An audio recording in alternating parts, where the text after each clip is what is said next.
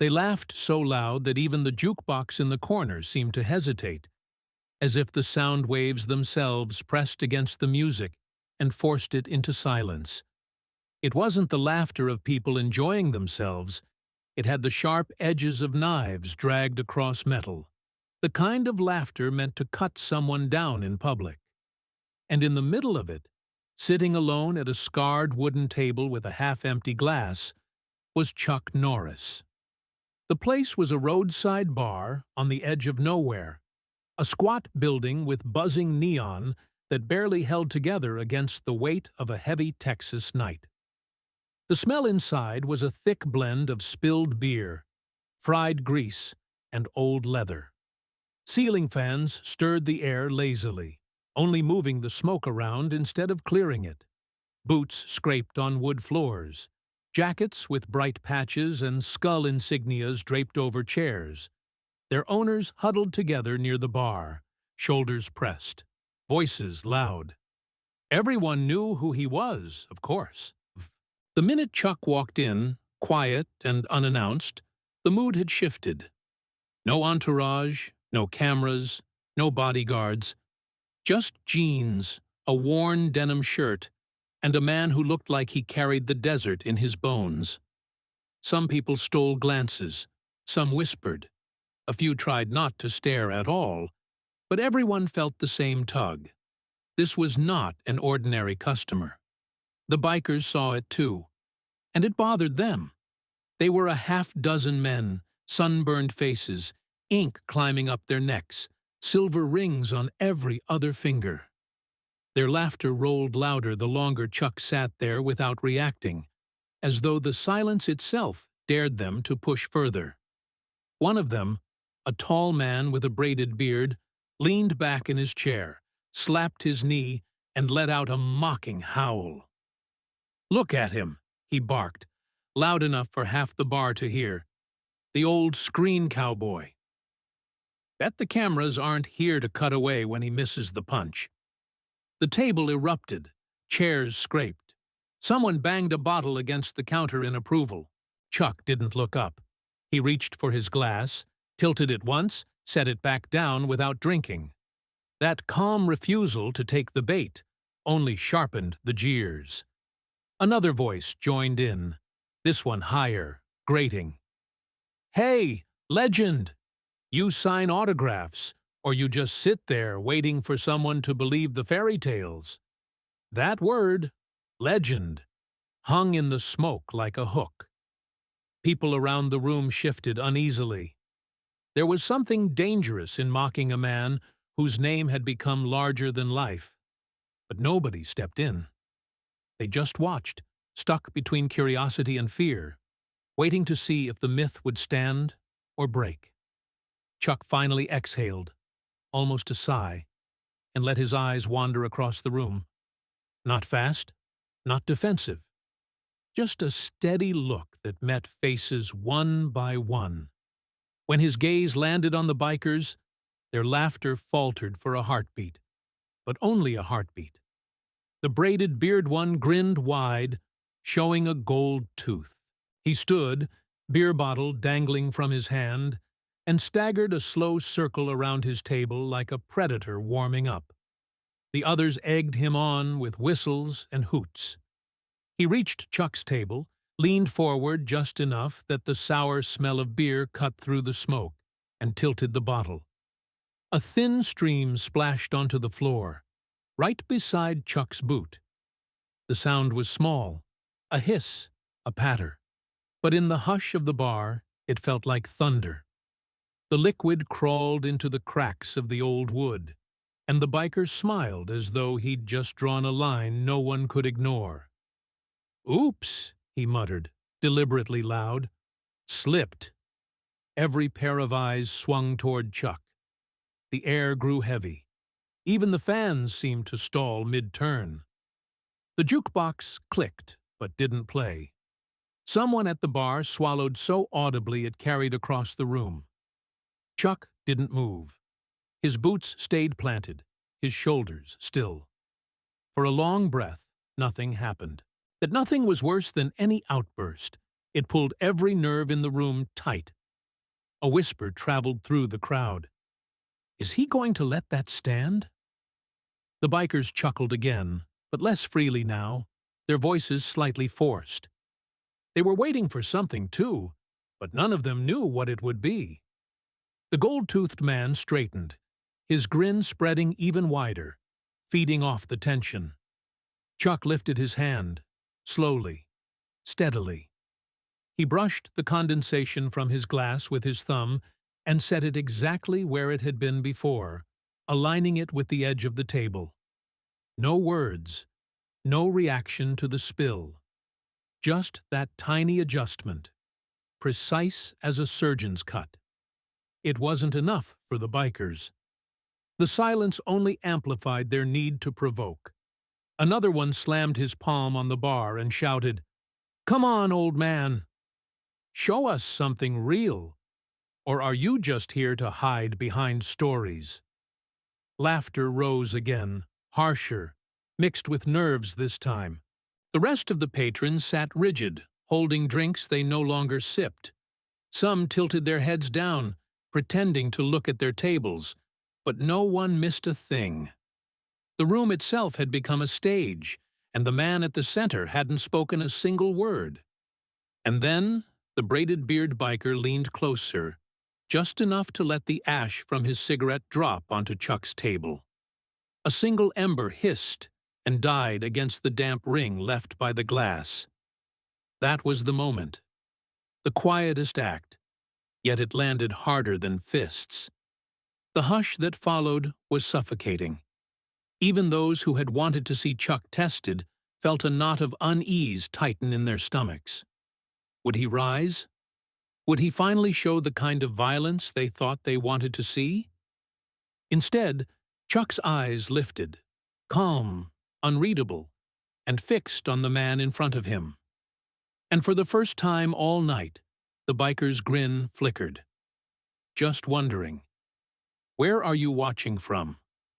Write it down, bellow. The ember hissed out in the damp ring of condensation and left behind a faint curl of smoke. It was nothing, just ash dying on wood, yet the sound carried through the room like a pin dropped inside a cathedral. Conversations broke off mid-sentence. The air seemed to thicken. Even the jukebox, its neon wheel still turning, cut its song short, as if it too knew when to shut up. The man who had flicked the ash leaned back, pleased with his casual insult. His grin was wide, showing that chipped gold tooth, the kind of grin meant to let everyone know he was in control of the stage. Around him, his buddies chuckled, louder than the act deserved, trying to inflate the moment into something permanent. The scrape of their boots against the floorboards sounded deliberate, like drum beats calling for a fight. And then Chuck lifted his eyes, slow, careful, as though the entire weight of the silence depended on how he did it. He didn't glare, didn't narrow his gaze. He simply looked. And the biker in front of him, just for the smallest flicker, lost the grin. Chuck reached for a napkin, folded it neatly, and brushed the ash into his palm. He did it with a surgeon's calm, almost delicate, as if the provocation was no bigger than dust on a windowsill. He set the napkin aside, folded again. Not a word. That silence was worse than any insult. The jukebox knob squealed as one of the bikers twisted it all the way down. He raised his arms, as though presenting a play to the crowd. "There," he announced, grinning. "Now, we can hear him." If the man's got a voice left, the tall one with the braided beard moved closer, boots hitting the floorboards in an exaggerated rhythm. He leaned his knuckles on Chuck's table, the gesture sharp, possessive. "On screen, you can beat anyone," he said, loud enough for everyone. "But here." His voice dropped, colder now. "Show us, old man, if you've still got even a drop of strength." The insult landed differently than the laughter before it. "Old man." It cut across the crowd like a blade. Half the room stiffened, some in defense of Chuck, others in morbid excitement. By the bar, a woman wrapped her hand around her glass but didn't lift it. Two farm hands near the door shifted, eyes darting to each other like maybe they'd seen this story play out too many times in smaller towns. A pair of college kids sat frozen, one of them clutching a phone that he was suddenly ashamed to be filming with. He turned it face down on the table.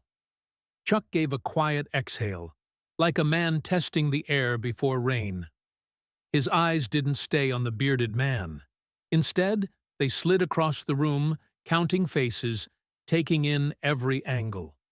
Not paranoia, more like a carpenter measuring beams before he decided which one would hold. His boot pressed more firmly into the floor, grounding him without making it a stance. Another biker barked, unable to stand the stillness. "Say a line," he jeered. "Do the movie voice. Make it worth our time." The crowd shifted again, uneasy. The silence was no longer comfortable, no longer neutral. It was demanding. Some wanted Chuck to erupt, to give them the spectacle they thought they came for. Others prayed he wouldn't, because then the night would tip into something none of them could control. Chuck moved one fingertip along his glass, nudging it toward the center of the table. Just that. The glass gave a tiny scrape. That was all. Yet the biker's grin faltered, if only for a heartbeat. "You hear me?" the bearded man pressed. "Hardwood floor. No cameras. You cut away before the landing, but here it hurts." Chuck smiled.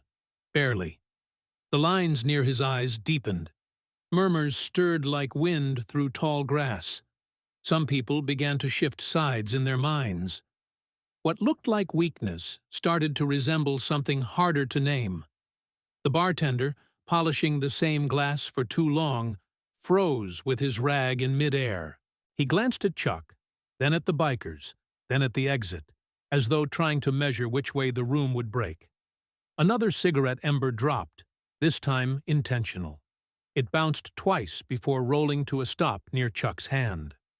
The bearded man didn't blink. "You know what I think?" a different biker called, tipping his hat back with two fingers. "I think the stories got older than you did. I think the jokes fight your fights now." Laughter broke, forced and brittle, the kind that begs for backup but gets none. That was when Chuck finally spoke. His voice was low, but it carried like a coin striking concrete. "You boys drive here?" he asked. "Or did the wind carry you?" It wasn't sharp, not even hostile. Mild, almost polite. And somehow that made it land harder than if he'd swung a fist. A few people smiled before they could stop themselves. The biker's jaw ticked. "That's supposed to be a joke?" Chuck shook his head. "No, just figuring how far home is." The words slid across the room like a knife across glass. No one missed them. The bartender set his glass down with exaggerated care. The bar itself seemed to lean closer. The bearded man bristled. He had felt the room shift back toward Chuck, felt his authority bleeding out. He tried to smother it with noise, his voice louder, harsher. "You think you measure us?" Chuck's eyes flicked once to the puddle of beer drying on the floor, then back up. "I think you already measured yourselves." Flat. Certain. It didn't try to be clever. It simply was. That simple statement killed the laughter for real this time. The silence that followed was radioactive. Every motion was visible now. The tremor of a straw in a drink, the squeak of leather as someone crossed their legs, the tiny shift of a man clearing his throat, but never speaking. The crowd had become the third player in the scene, its collective attention heavy, judgmental. The bearded biker couldn't stand it. He needed the air back. He picked up his cigarette butt, flicked it onto Chuck's table, and let it rest against the base of the glass. "Here's real," he muttered. "Not your stories." The butt smoked faintly. Chuck slid it back across the table with 2 fingers. The scrape of paper on wood sang louder than the jukebox ever had. That was when another biker, shorter, heavier, with a scar slicing over one brow, rose from his stool. He crossed the room with a swagger practiced in mirrors, his boots landing heavy. He didn't speak. He didn't need to. He reached Chuck's side and drove his shoulder into him, a shove not meant to knock him down, only to claim territory. The sound of chair legs biting wood cracked like a whip. A woman hissed, "Hey!" but too late. Chuck's glass tipped, balanced on his fingertip, and steadied without spilling. His head turned, not fast, not angry, just as if he'd checked a clock and confirmed the time. And that was when the crowd realized what it had asked for. The shove barely moved him, just a chair leg skidding across the boards, denim brushing denim. But it was enough. The sound broke the room open. 2 bikers whistled, laughing louder than the moment deserved. The scarred one planted his boots and smirked, acting calm while begging for escalation. Another biker drifted closer, then a third. The circle formed without words, shoulders crowding his space, knuckles drumming, a boot nudging his chair leg. Their bodies said, "Stand the way we want you to." Chuck rose. No posture, no fists, no show of anger. He stood like a man preparing to leave. The scarred one reached for his sleeve. Chuck pivoted an inch, and the hand closed on nothing. The miss echoed louder than contact. 2 college kids by the jukebox snickered nervously, then froze. "Don't play cute," the bearded man growled, leaning on the table. "We're having a conversation." Chuck stepped sideways, creating a lane. It looked like retreat, or like calculation. Nobody could tell which. The bearded one filled the gap with a laugh, his men following. Chairs scraped, a bottle hit the counter, a cap pinged across tile. "That's it," someone yelled. "Film's over." At the bar, a woman's eyes closed around her drink. The farmhands stared down into their beers. A student reached for his phone, thought better, set it down again harder. Chuck stood calm, just outside their ring. His stillness was louder than their laughter, and it made them laugh harder, uglier. The bearded man kicked Chuck's chair over. The crash sent a ripple through the room. "Screen hero!" he shouted. "Only strong where the edits cut away." Some nodded, relieved. Others tasted disappointment. The night didn't feel finished, only suspended. Chuck inhaled, quiet, heavy. The sound reached the men closest, who suddenly felt their throats tighten. He stepped back, as if clearing his way to the door.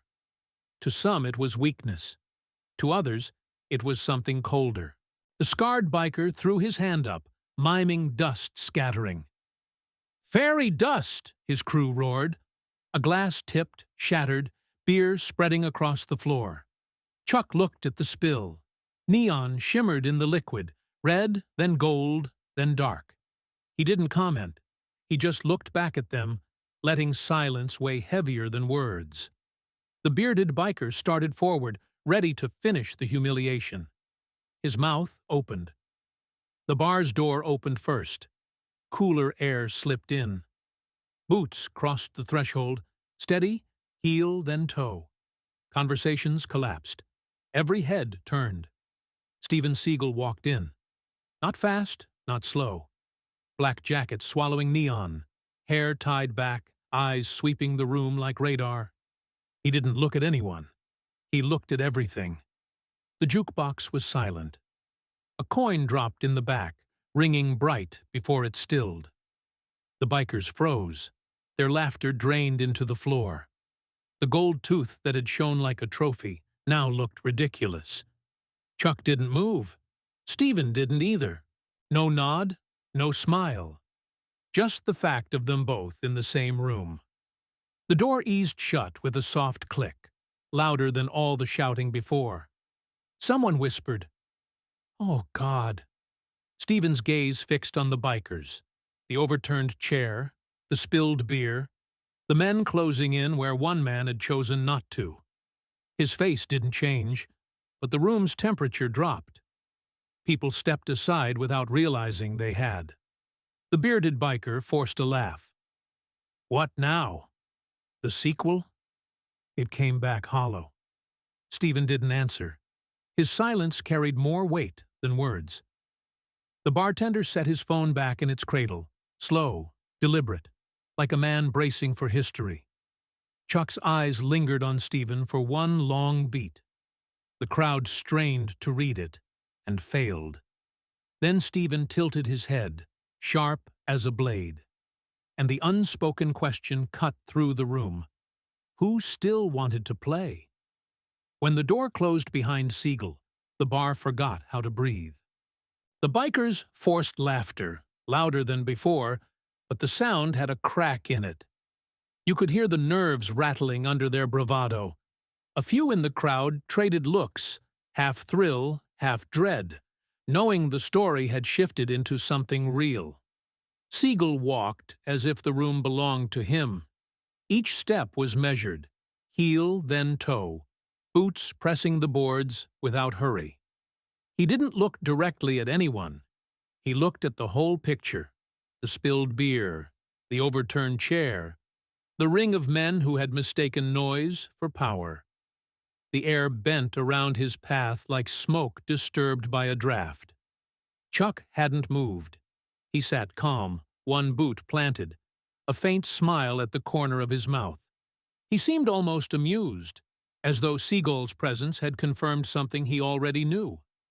If the bikers were restless dogs, Chuck was the man on the porch who knew they would tire themselves out. "Look at this!" one biker shouted, his grin stretched too wide. He jabbed a thumb toward Seagal.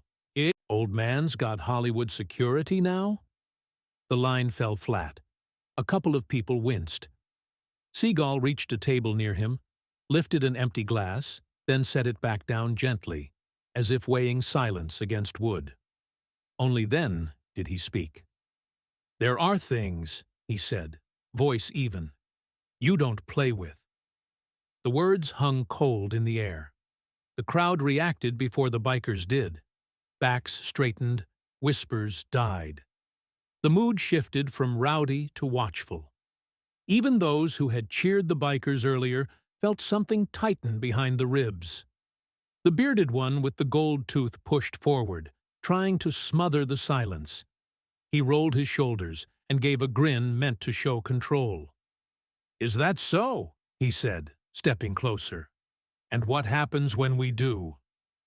He shoved, palm aimed square at Seagal's chest. It wasn't a punch, just a test. But Seagal didn't move. His hand rose almost lazily, caught the wrist, turned it. A simple pivot, pressure folded into a joint. The biker's body crumpled into a chair before he understood what had happened. The backrest clattered against the wall. He hissed through clenched teeth, staring at his own hand as though it belonged to someone else. Seagal let go as soon as gravity took over. No flourish, no threat. He just stepped back as if giving space to pass. The biker flexed his fingers slowly, the shame burning hotter than the pain. The room absorbed the moment like a sponge. Someone whispered, "Jesus," under their breath. A glass tapped too softly onto the bar.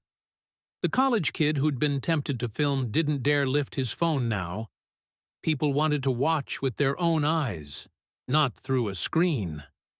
Chuck looked at Seagal, steady, unreadable. There was no surprise in his eyes, only acknowledgement. The faint smile stayed. He lifted his glass, traced the rim with a thumb, then set it back down with the same care Seagal had shown earlier. The two gestures rhymed without words. The bearded biker tried to laugh, his voice raw. "Parlor trick," he barked, rubbing his forearm. "Twist a little, I sit down. Big deal," but no one echoed him. The crowd's silence betrayed him more than any insult could. Even his crew shifted uneasily, boots restless on the floor. Seagal scanned the circle, eyes as calm as weather. "Sit," he said. Not an order, not a threat, just a word dropped like a stone into still water. The scarred biker sat down without meaning to. His friends saw it and felt the ground tilt under them. The atmosphere changed. This wasn't a movie anymore, and it wasn't a bar fight either. It was something closer to judgment. The patches on the bikers' vests, once bright, looked smaller under the neon. Their noise no longer carried. The crowd wasn't on their side. It wasn't on anyone's side. It was waiting to see where power would settle.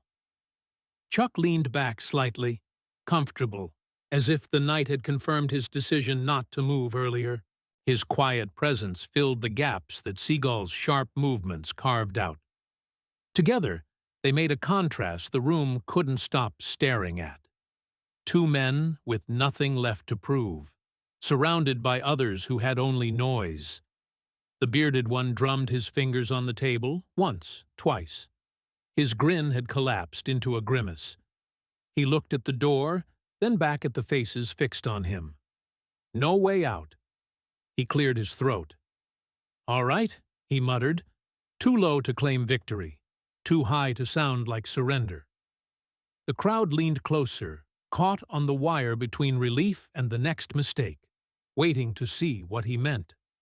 The room was splitting at the seams. Shouts overlapped. "Hit him!" from one corner. "Leave it!" from another, until the noise tangled into a single restless roar. The bar had become something else, not a place to drink, but a place to witness.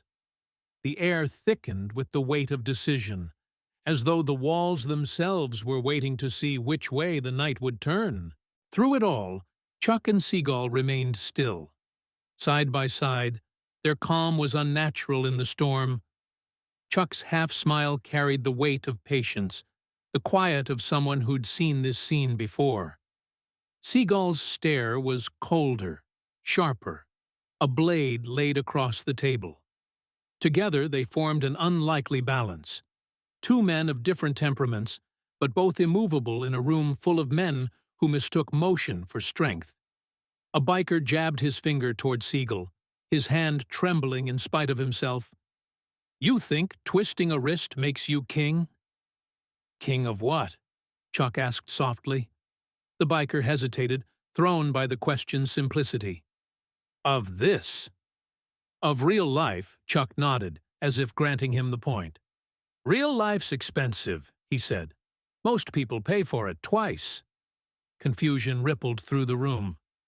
"What the hell does that mean?" another demanded. "You get the bruise first," Chuck explained, "then the bill for why you needed it." It wasn't a punchline, but it hit harder than one. A silence stretched long enough for the crowd to hear its own breath.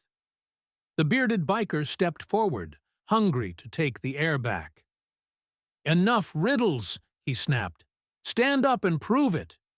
His swagger was an act. He needed the performance as badly as he needed oxygen.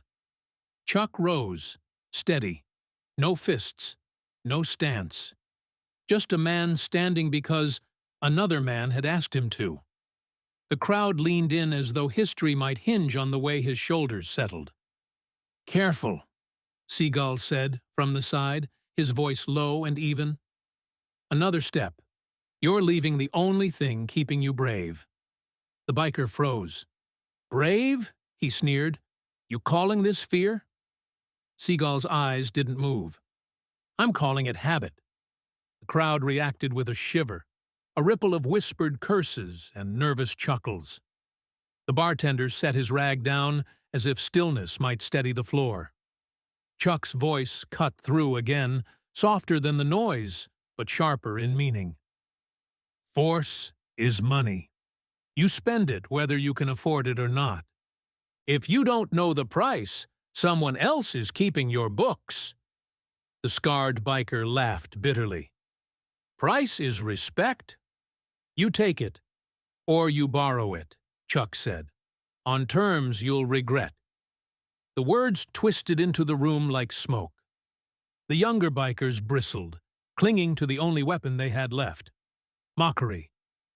"We grew up on concrete," one spat. "Not on sound stages." Seagal didn't blink. "So did I. Just a different kind of concrete." Half the bar laughed, short, startled, like steam escaping a pipe. The other half sat in heavy silence, unwilling to admit the line had landed. Somewhere in the back, a woman whispered, "Please don't." And nobody knew whether she meant the bikers or the men they were taunting. The bearded biker tried again. "You think you're better because people clap for you. This isn't applause. This is real." Chuck's smile thinned. "Shows are cheap. Recovery isn't," Seagal added. "First lesson's knowing when not to start." That line drew a shift in the room, like a tide turning. Even some of the bikers faltered, their weight shifting uneasily between boots. But pride dies slowly, and one of them barked back, "We already started." "Not if you can still quit," Chuck replied. The crowd murmured at that, splitting again. Some nodded, others scoffed, but everyone felt the choice looming larger than the men making it. At the edge of the circle, a farmer muttered, "They're giving you ladders," and his friend answered, "They don't know how to climb." The chants came back, fractured this time. "Do it." "Sit down." "Enough." The noise didn't agree with itself. It clashed like waves in a storm, every voice searching for a shore. Seagal rested his hand lightly on a chair back, almost casual. "This is where people blame fate," he said. "But it's not fate. It's just habit." The bearded biker's face twisted at that, and for the first time, the threat in his voice sounded more like desperation. He stepped toe to toe with Chuck. "Say it," he demanded. "Say you ain't stronger than me." Chuck didn't blink. "I don't have to be." "Then what are you?" Chuck's voice was steady. "Responsible." The word cut deeper than any blow. It left the man stranded, exposed. He turned away from Chuck, searching for an exit that didn't make him small. His crew gave him nothing but silence, and the crowd stared at him like a jury waiting on a verdict. It was the scarred biker who broke first. The fear of going home humiliated was heavier than fear of consequence. He snatched a long neck bottle from a table, smashed it hard against the edge. The glass split, jagged teeth glinting in the neon. He raised it high, his chest heaving. The bar erupted in a single gasp. Stools scraped back, drinks sloshed. Someone shouted, "No!" and the word cut off mid-air. The chants vanished. The jukebox looked darker than before. The circle cleared without anyone telling it to. Now there was only one man with a weapon, and two men who didn't need one. Chuck didn't flinch. Seagal didn't blink. The scarred biker's breath came fast, loud enough for everyone to hear. He looked at Chuck, then at Seagal, then back again, his eyes wild, refusing to choose. The bar held its breath. Everyone knew what usually came next: blood, panic, flashing lights outside. But there was a gravity in the room that didn't belong to chaos. It belonged to something older, something heavier. The scarred biker lifted the jagged bottle higher. His boots scraped forward one step. And in that step, everyone knew. The night was about to make good on its price. Time slowed until every sound felt sharp. Boots scraped as people pulled back, forming a circle without being told. The bar was no longer a room, it was a ring.